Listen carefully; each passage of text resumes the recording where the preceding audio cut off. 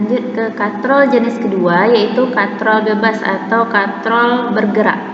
Nah, ini fungsinya memperkecil gaya tapi tidak mengubah arah gaya.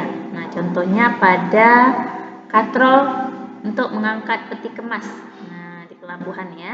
Ini disebut katrol bebas atau katrol bergerak. Keuntungan mekanisnya 2, artinya dibutuhkan gaya 2 kali lebih sedikit dibanding berat benda. KM-nya 2. Kalau katrol tetap tadi KM-nya 1. Nah, artinya gaya yang dibutuhkan itu sama dengan berat benda atau gaya bebannya.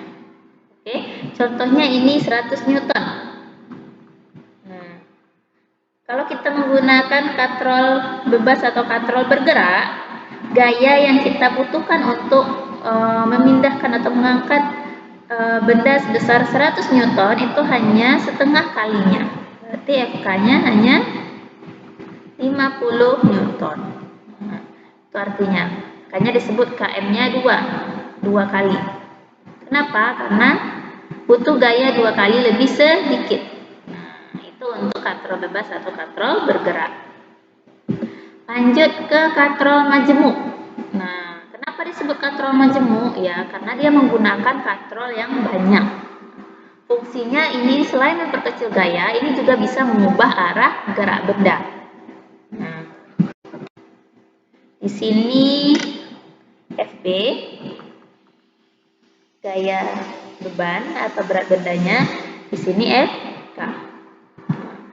Terus untuk KM pada katrol majemuk, keuntungan mekanisnya kita hitung berdasarkan jumlah tali. Nah, jumlah tali yang menahan beban. Yang mana? Ini dia 1, 2, 3, 4.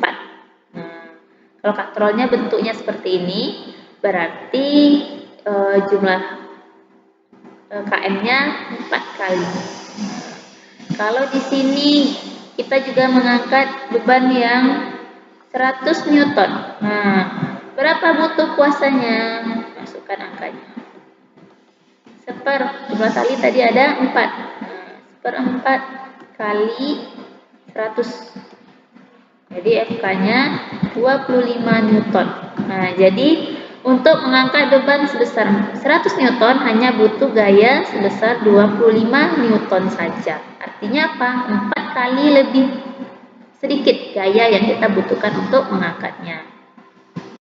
Oke, itu untuk katrol majemuk. Nah, contoh katrol majemuk ini katrol yang biasa digunakan untuk mengangkat benda-benda berat. Nah, misalnya di bangunan, di kren itu ya. Nah, kren bangunan untuk biasanya digunakan saat membangun gedung tinggi, itu biasanya dia menggunakan katrol majemuk untuk memindahkan benda dari bawah ke atas. Oke, ini contoh soalnya sama seperti tadi, tapi yang ditanya adalah beban yang bisa ditarik oleh katrol majemuk. Nah, ini 8 Newton ini FK. Nah, kalau beban berarti FB. Yang diketahui dari soal itu adalah FK-nya 8 Newton. Terus apa lagi? Karena dia katrol majemuk, kita hitung jumlah talinya. 1. Nah, ini 2, 3, 4. Berarti jumlah talinya ada 4. Yang ditanya beban, berarti FB. Masukkan tadi rumusnya. FK sama dengan seperjumlah tali per jumlah tali kali FB. Berarti FK-nya 8. Ini 1/4 kali FB. Berapa yang hasilnya? 8. 32 ya. 1 kali FB, FB per 4. Berarti FB-nya kali sini. 8 kali 4 sama dengan FB. 32 sama dengan FB. Berarti FB-nya adalah 32 Newton. Jadi dengan gaya sebesar 8 Newton, kita bisa mengangkat beban sebesar 32 Newton. Nah, artinya 4 kali lebih besar dibanding gaya yang kita keluarkan. Oke, itu saja materi kita. Sebelum kita akhiri, kita review lagi sebentar mengenai pesawat sederhana. Oke, hapus dulu. Nah, kita mulai dari tuas atau pengungkit. Tuas atau pengungkit. Dia bentuknya seperti ini. Ada titik tumpu, ada bebannya, ada kuasa,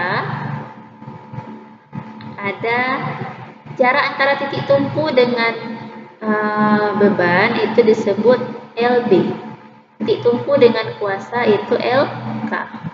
Nah, rumusnya FB dikali LB sama dengan FK kali LK. Keuntungan mekanis, keuntungan yang kita peroleh. Nah, ini FB per FK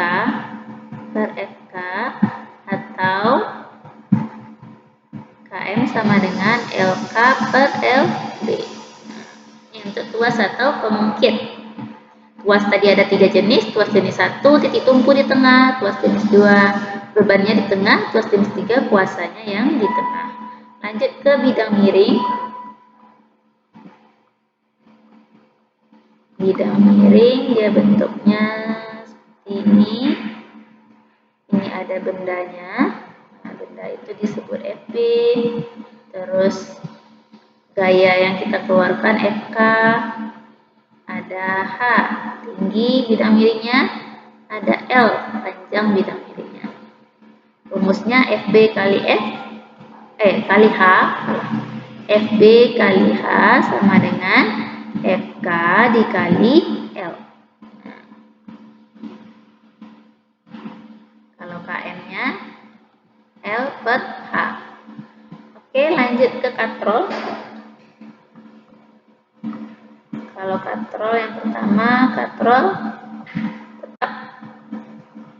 Nah, katrol tetap ini KM-nya sama dengan 1. Apa artinya? FK gaya kuasa sama dengan gaya beban.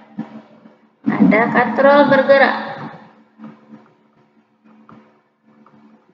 Ini KM-nya sama dengan 2. Artinya gaya yang dibutuhkan setengah kali dari gaya bebannya. Dari berat bebannya. Terus katrol majemuk. Ini KM sama dengan jumlah kali. Artinya gaya yang dibutuhkan, gaya kuasa yang dibutuhkan sama dengan seper jumlah kali berat benda. Berarti keuntungan mekanisnya sesuai dengan jumlah kali. Oke, itu saja materi kita untuk pertemuan kali ini. Mudah-mudahan bisa dipahami. Silakan dicatat. Kita akhiri dengan membacakan hamdalah bersama-sama. Alhamdulillahirabbil alamin. Ibu akhiri dengan assalamualaikum warahmatullahi wabarakatuh.